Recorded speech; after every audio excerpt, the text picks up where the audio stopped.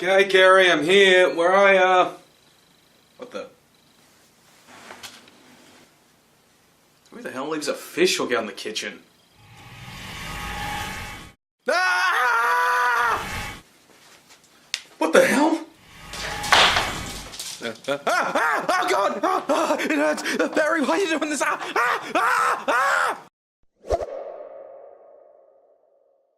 Moana, the latest animated film by Walt Disney Studios. It's good. Like, really, what else do you want me to say about it? It's good. Okay, well, maybe I should elaborate a bit. It's not as good as Frozen? Okay, I'll elaborate a bit more. Like Frozen, Moana feels like a modern take on Disney's classic princess formula. In this case, Moana, the titular character, she's the daughter of the chief of a Polynesian tribe, and she's next in line to be chief. But she's torn between her love of the sea and staying where she is and assuming responsibility. But when the apocalypse, that's right, the friggin' apocalypse shows up and starts wrecking her island, it turns out she's been chosen by the ocean to seek out the fallen hero Maui, and force him to fix his mistake which created the apocalypse. And the characters in this story, they're friggin' good. Even the characters that we don't see a lot of, like Moana's mum and dad, they actually feel like real parents who just want what's best for their daughter. And Moana herself, thank Christ, she's a well-rounded character and doesn't at all feel like a feminist Mary Sue.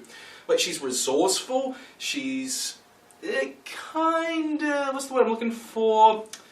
Incompetent in some cases, but she does learn from her mistakes and gets better. In fact, it's actually very encouraging to see her grow as a person. And then, of course, there's also the character Maui, the demigod who created the apocalypse in the first place. He is an awesome character and really steals the show. He's a bit of an egotistical douche, but he's a well-meaning douche. By that I mean, he'll go out and do great things for the benefit of everyone for the sake of attention. Now, he is more three-dimensional than that. He isn't an egotistical dickhead, but he is a bit of a tragic and sympathetic character when you learn a bit more about him. And the voice cast! They're good too. No bad performances, and I really love Dwayne "The Rock" Johnson as Maui. But now that I brought up the cast, I guess I should say this as well. The musical elements to this movie isn't as good as what Disney's done before it.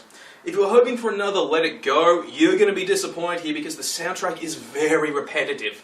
In fact, if this movie was a song, it would be that song, Bird is the Word. Why? Because of this one song, the song that's played at the beginning of the movie, it gets repeated ad nauseum.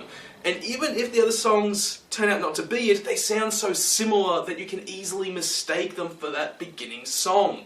There are only two songs in the movie that don't sound similar, and one is just cringy and sounds like a rip-off of that parody song from an episode of Rick and Morty, and the other one is You're Welcome, which is sung by Maui, and is actually pretty fun to sing along to. Plus, the story's actually pretty predictable. You can easily tell what's going to happen to the characters. Like, you know that when Maui abandons Moana, he's going to come back at the last minute to help her be the hero, and they'll both be the hero. But with that being said, the actual ending does contain an M. Night Shyamalan style twist that's actually really nice and well handled. As a whole, Moana is a good movie. Hell, it is really good, but it's not a particularly great one. I mean, Frozen was way better than this, but with that being said, that doesn't mean this is bad. Far from it.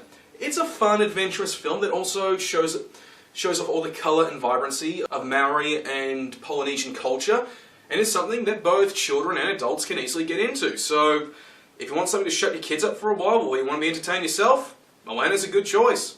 Awesome, finally got this video done. Anyway, if you really like this video, then how about you like, favorite, and subscribe, or how about you also check out some of my other videos, my other movie reviews, or maybe some of my game reviews, or possibly even some of the random stuff I've thrown up. Anyway, up next is going to be the extended code of Suicide Squad. I'm going to get that out as soon as possible.